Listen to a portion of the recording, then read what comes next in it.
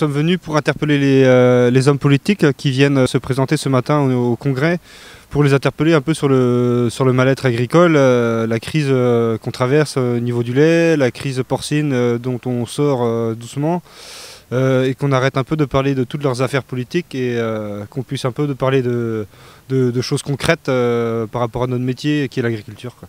Bon, déjà d'une qu'il y ait plus de patriotisme au sein des cantines municipales, qu'on mange français avant tout.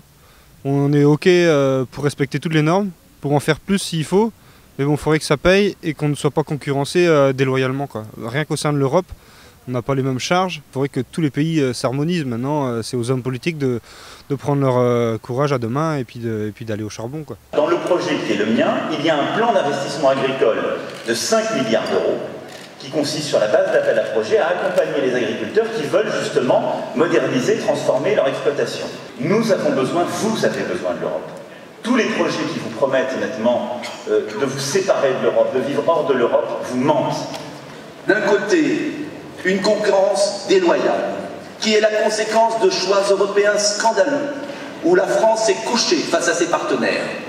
Et de l'autre, l'excès des normes, des charges, des bureaucraties. Le choix est très simple. Soit vous continuez à faire semblant, à mendier de timides ajustements auprès de vos maîtres à Bruxelles, soit on reprend son destin en main. Alors oui, je suis candidat, moi, pour reprendre le destin de la France en main et pour arrêter d'avoir à l'Élysée des présidents de Lander. L'un explique que la France serait plus grande si elle était plus européenne, l'autre explique que la France serait plus grande si elle était un peu plus allemande. Et les deux sont d'accord pour dire que la France est trop française et que pour conserver sa grandeur dans le monde, il lui faut devenir moins française, ce qui revient à dire que moins il y a de France, plus elle est puissante.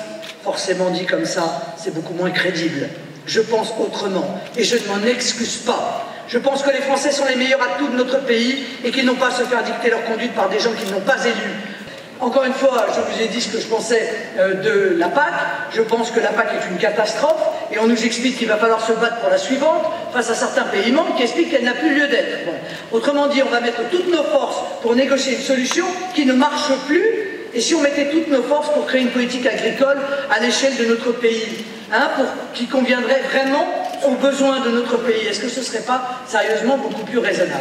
Moi, je ne viens pas vous mentir, si nous n'avons pas la maîtrise de tout cela, si ce n'est pas nous qui décidons, alors vous aurez face à vous des responsables politiques qui disent « c'est pas moi, c'est l'Europe ». Vous les connaissez, ça fait des années qu'ils viennent vous dire « c'est pas moi, c'est l'Europe ». Mais je vais aller voir, je vais aller défendre vos intérêts, vous inquiétez pas. Et puis ils reviennent en disant « on n'a pas réussi ».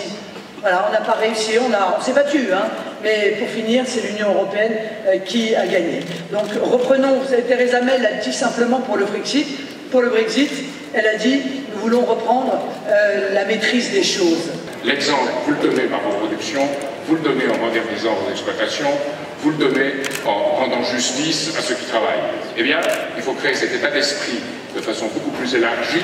Et dans cette campagne présidentielle, je ne vois pas du tout cet état d'esprit, je vois le contraire, c'est pour ça que je suis candidat. Moi, mon projet, c'est une agriculture qui produit, une agriculture vertueuse dans son développement, c'est une agriculture qui gagne sa vie avec ses productions et qui doit redevenir la première agriculture en Europe. Je pense que notre pays pourrait être la première puissance en Europe, et pas seulement dans le domaine agricole, à une condition seulement, qu'on donne un peu de liberté à tous les agents économiques. Voilà, je reprends à mon compte la fameuse formule de Georges Pompidou, et je la mets dans sa bouche pour que vous ne trouviez pas que je suis grossier. Il faut arrêter d'emmerder les agriculteurs.